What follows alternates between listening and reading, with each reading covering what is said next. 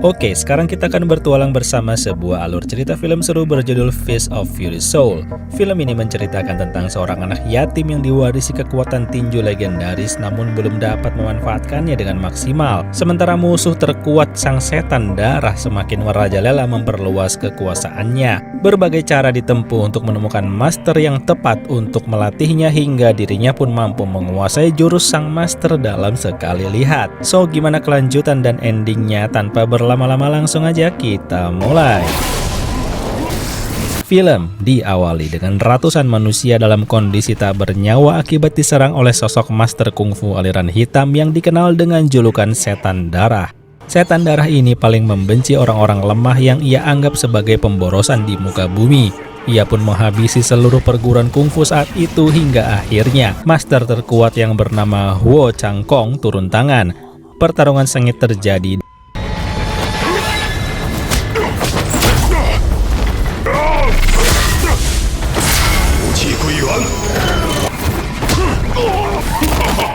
Pada serangan berikutnya, Huo Changkong langsung memberi tapak naga penghancur darah pada musuhnya. Ya, sesuai namanya, akibat dari pukulan tersebut membuat aliran darah musuh menjadi tak karuan sesuai aliran yang semestinya. Saat itu pula anak Huo Changkong menghampiri sambil menangis. Dengan segera sang master mentransfer kesaktian tinju naga emas ke tangan kanan sang anak yang belum mengerti apa-apa.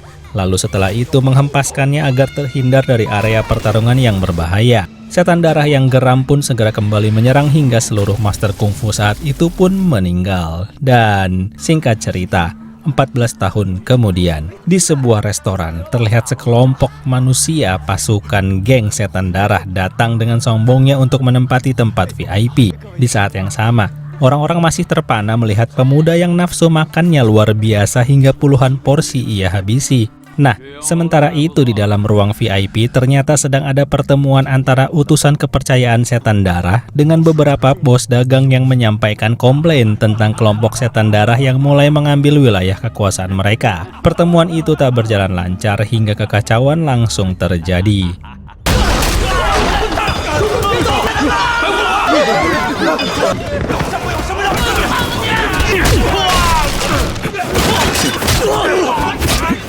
Semua orang kabur kocar-kacir, namun tidak dengan pemuda jago makan tersebut yang akhirnya terganggu kenikmatannya dalam menyantap hidangan.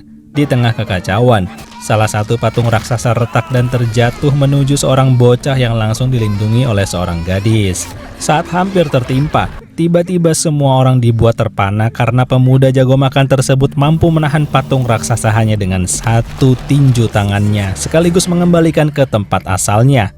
Geng Setan Darah pun meremehkan pemuda yang mereka nilai sok jagoan.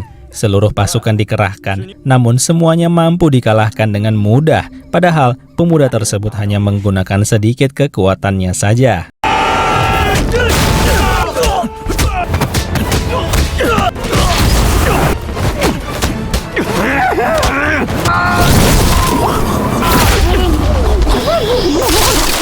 Setelah selesai, gadis tersebut berterima kasih sambil menyebutkan asal perguruan kungfunya. Mereka pun berkenalan dan ternyata pemuda jago makan tersebut adalah Liu Jing alias anak dari Huo Changkong yang telah diwarisi kekuatan tinju naga emas. Sedangkan keduanya adalah murid perguruan Huo Jia yang bernama Yumin dan Sosa. Liu Jing merasa belum pernah mendatangi perguruan Huo Jia, oleh karena itu ia meminta diantarkan ke sana. Setelah sampai, dikira Liu Jing ingin bertamu baik-baik, namun ternyata ia ingin menantang perguruan Huo Jia. Lalu Liu Jing pun dengan sombong berkata pada orang tua di hadapannya bahwa seluruh perguruan kungfu yang ia lewati telah takluk dengan kekuatannya. Liu Jing langsung menyerang terlebih dahulu. Di tengah pertarungan, Yumin dan Sosa hanya melihat dari jauh.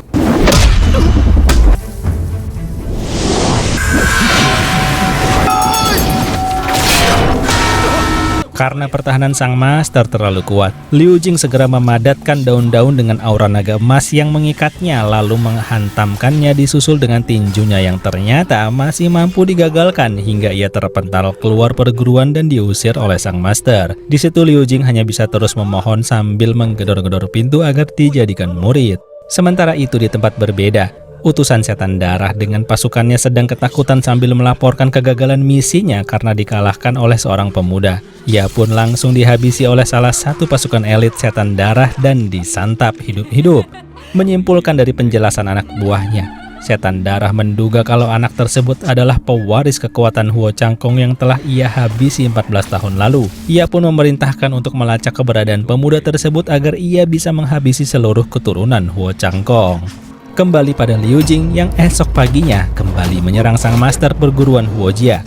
Kali ini ia bersikeras memaksa ingin berguru. Sang master pun bertanya motivasinya, lalu Liu Jing pada intinya menjawab bahwa ia menjadi yatim akibat ulah penjahat dan ia ingin melindungi manusia serta keluarganya kelak setelah ia menjadi lebih kuat. Setelah mendengar itu semua, akhirnya Liu Jing dipersilahkan masuk untuk melihat aktivitas bela diri di dalam perguruan Huojia.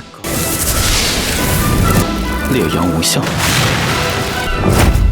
疾如风，如山，绵柔藏锋。为什么忽然杀气这么重？ Hingga akhirnya Liu Jing dibawa ke ruangan khusus. Di sana Liu Jing diuji telah sampai mana level kungfunya. Pertarungan pun dilakukan dengan senjata-senjata yang aman karena ini adalah sekedar ujian. 结合四象变化的规律。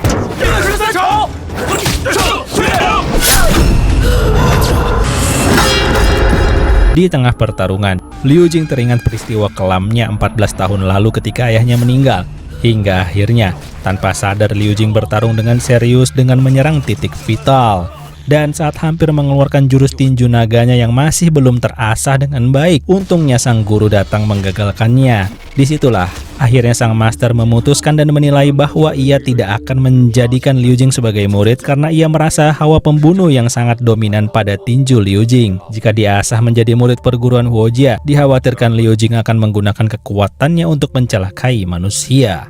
Liu Jing pun marah dan kecewa mendengar pengusiran tersebut hingga ia pun pergi ke pusat kota untuk menenangkan diri. Di tengah keramaian, ia merenung sambil melihat sapu tangan pemberian Yumin yang tak lain adalah anak dari sang master Huojia. Tapi dalam sekejap, ia menyadari keanehan di mana orang-orang menghilang lalu disambut oleh orang yang tak ia kenal, alias penasehat kepercayaan setan darah yang bernama Bai. Saat itu, Liu Jing kaget ketika Bai tiba-tiba menunjukkan sapu tangannya yang sedari tadi harusnya masih ia pegang. Dalam kondisi kesal, Liu Jing pun menyerang hingga mereka pun bertarung, tapi perbedaan kekuatan terlihat jelas di sini.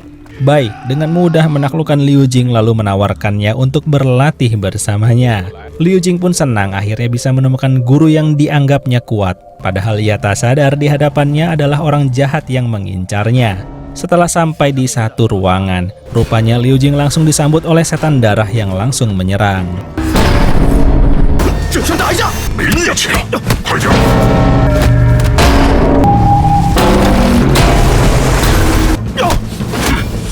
Di sini akhirnya ketahuan, tujuan sebenarnya setan darah adalah untuk menghisap seluruh tenaga dalam Liu Jing yang akan menjadi penawar pukulan Huo Changkong yang sampai saat ini masih berefek pada aliran darahnya.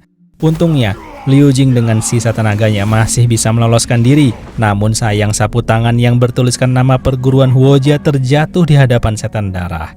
Sesampainya di tengah jalan, Liu Jing pun mulai kehabisan tenaga hingga pingsan dan singkat cerita. Untungnya malam itu Liu Jing diselamatkan oleh Yumin. Tapi siapa sangka, tak perlu waktu lama, seorang pasukan elit setan darah mendatangi perguruan Huojia lalu menyerang Yumin dan Sosa yang sedang mengobrol. Mereka berdua terlihat kewalahan menghindari senjata mematikan pemangsa manusia tersebut. Hingga akhirnya Liu Jing datang membantu. Di tengah pertarungan, tiba-tiba datang lagi seorang pasukan elit setan darah, si wanita ninja. Saat itulah sang guru yang sedari tadi mengamati datang membantu. Dan saat itu juga, sang master menyuruh Liu Jing untuk mengamati pertarungan ini kalau ingin belajar kungfu.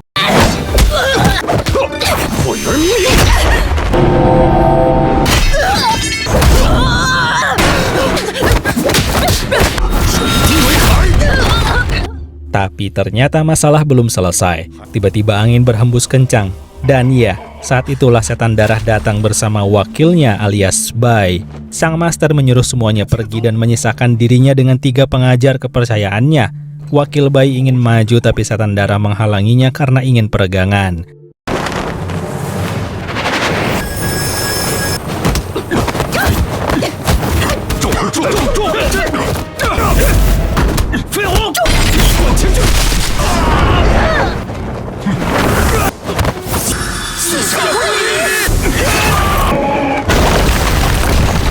Dikira sudah berhasil, namun ternyata setan darah kembali bangkit dengan kekuatan lainnya yang langsung membuat keempat ahli kungfu tersebut tak berdaya.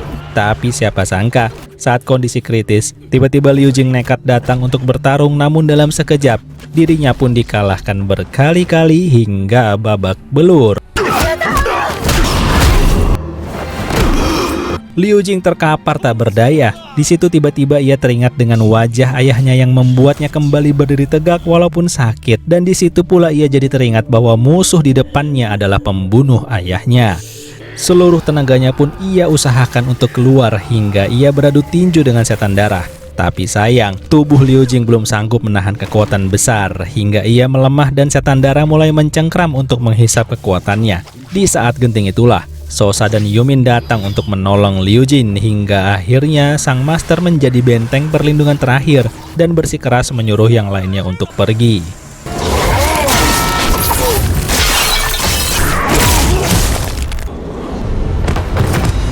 Singkat cerita, mereka berhasil kabur ke sebuah kuil sambil merawat luka-luka parah yang diderita Liu Jing. Saat itu, salah satu guru menyadari bahwa dalam keadaan Liu Jing yang sekarat, ada kekuatan lain yang masih belum bisa diakses sepenuhnya oleh Liu Jing. Berkali-kali dada Liu Jing berdetak sangat besar hingga akhirnya Yumin mengerahkan kemampuan tusuk jarumnya untuk membuka seluruh titik energi dalam tubuh Liu Jing. Sementara itu, para pasukan setan darah berhasil melacak dan menemukan keberadaan mereka. Namun siapa sangka, dalam waktu singkat, semua sudah dihajar habis oleh Liu Jing yang kembali bugar dengan kekuatan maksimalnya. Sekarang, seluruh tubuhnya telah dipenuhi oleh aura tenaga dalam naga emas yang menurut para guru telah melebihi kekuatan kungfu manusia normal.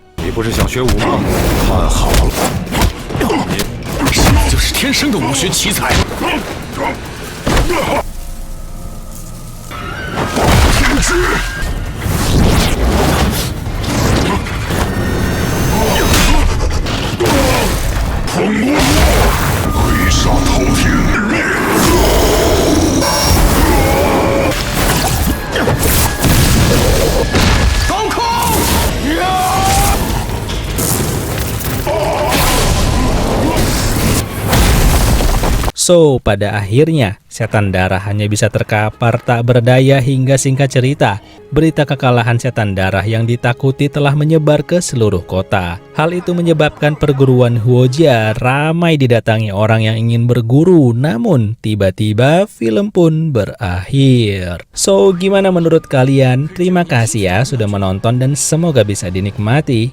Dadah!